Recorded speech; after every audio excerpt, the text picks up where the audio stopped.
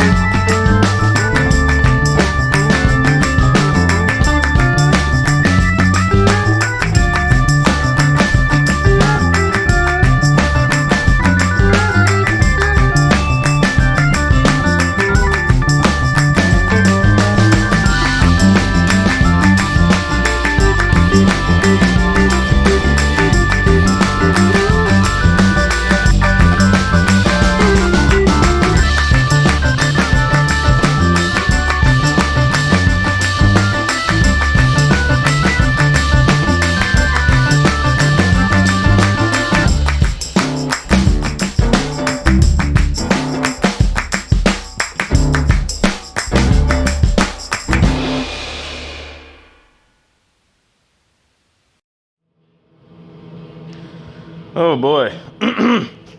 All right, well, we've got all the components off. We got the timing cover off. We aligned the engine to top dead center, and I was going to quickly show you where all the marks are on a 4G64. Now, 4G64 is very similar to the 4G63, just doesn't have the extra camshaft. So first, we'll start here at the cam, and clearly there's not enough light. So what we do first is we get a flashlight, and then I show you the picture of a rotor. So let's get this in focus. Hey, that's good, I think. Right there. So you can see the line on the valve cover. Let me see if I can get the light down, and yeah, perfect. So this line right here, that's stamped into the valve cover, lines up with this line right there that is notched into the cam sprocket. So your camshaft is, both of your intake and exhaust cam lobes are facing up because piston number 1 is at top dead center during its compression stroke. Now let's go down and look at the balance shafts and the crank sprocket.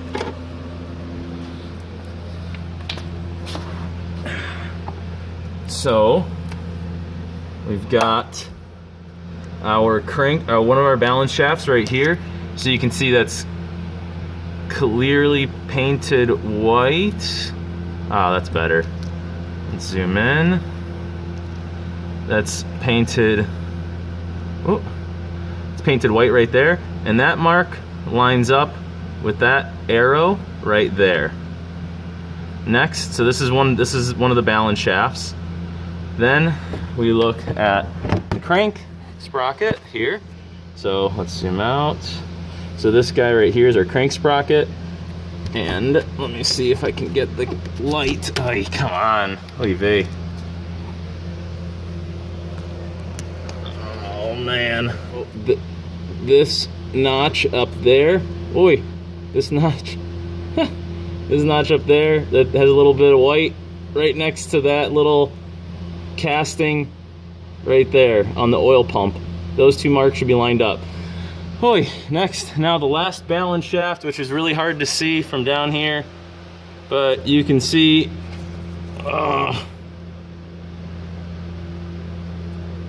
that arrow lines up with that notch. Everything is timed, you're ready to roll. So that bolt that you see there, I'm gonna try to point to it. That one right there, that needs to get loosened, and then this pulley will become in slack, and then we can back it off a little bit. Now, what the whole goal is to I'm gonna try to back it off, and there is what they call a grenade pin. I'll show you that. Oh, there is a grenade pin.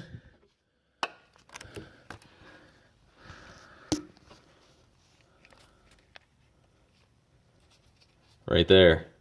So when you buy a brand new hydraulic tensioner here, there's a plunger, and that plunger will be compressed, and then this pin will be inserted.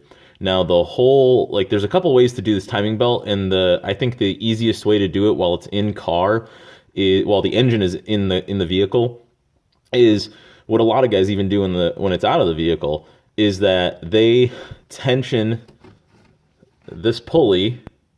That's the one I showed you up there. They tension this pulley to the point where you can take this grenade pin and slide it in and out, in and out. That tells you that the tensioner has the correct amount of tension on it, preload on it. Because the whole point of this tensioner is to take up timing belt slack as the timing belt wears.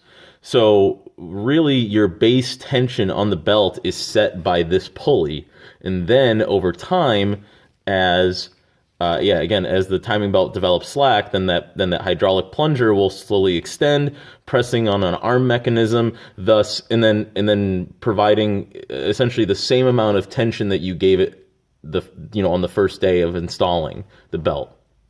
Okay, so here is the special tool that you use to tension the pulley.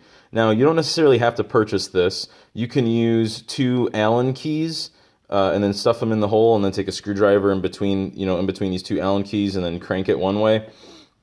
You can also take a pair of 90-degree snap ring pliers that fit pretty nicely in those holes. A hydraulic tensioner in a vise like this. Be very careful to go extra slow with how you compress the plunger back in. If you go too fast, you can actually blow out the internal seals, and then you're going to be out another $60-$70 or however much a hydraulic tensioner costs. So I'm just slowly compressing this right now. And then we will be reinstalling and retensioning. All right. I reinstalled that tensioner. I adjusted the belt tension. And the grenade pin, I slid in and out really nice. It had a slight, just like a tiny bit of drag to it, but pretty much I pulled the pin. I did something else for about 15 minutes, because that's what the instructions tell you to do, is pull the grenade pin, then wait 15 minutes for the hydraulic adjuster to settle.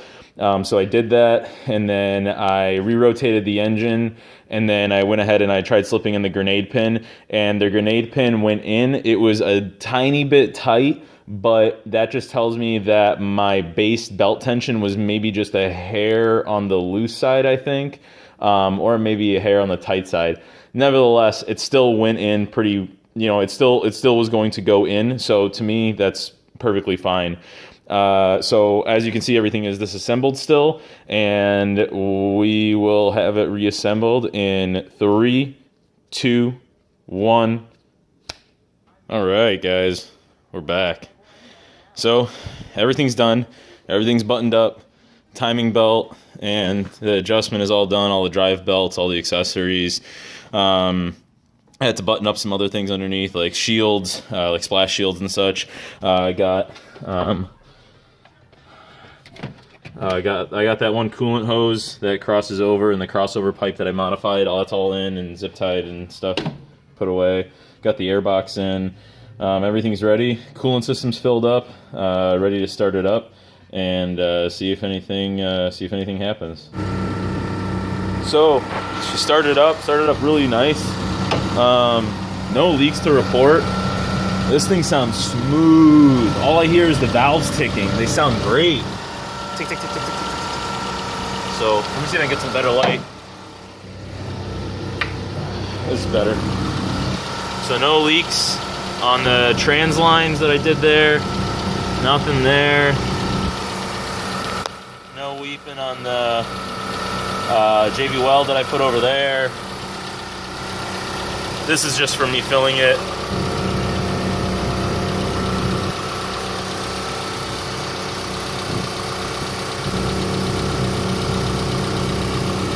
Yeah, man, it sounds really good. Really good. No leaks anywhere down there. This looks great. I'm excited to get this thing out on the road.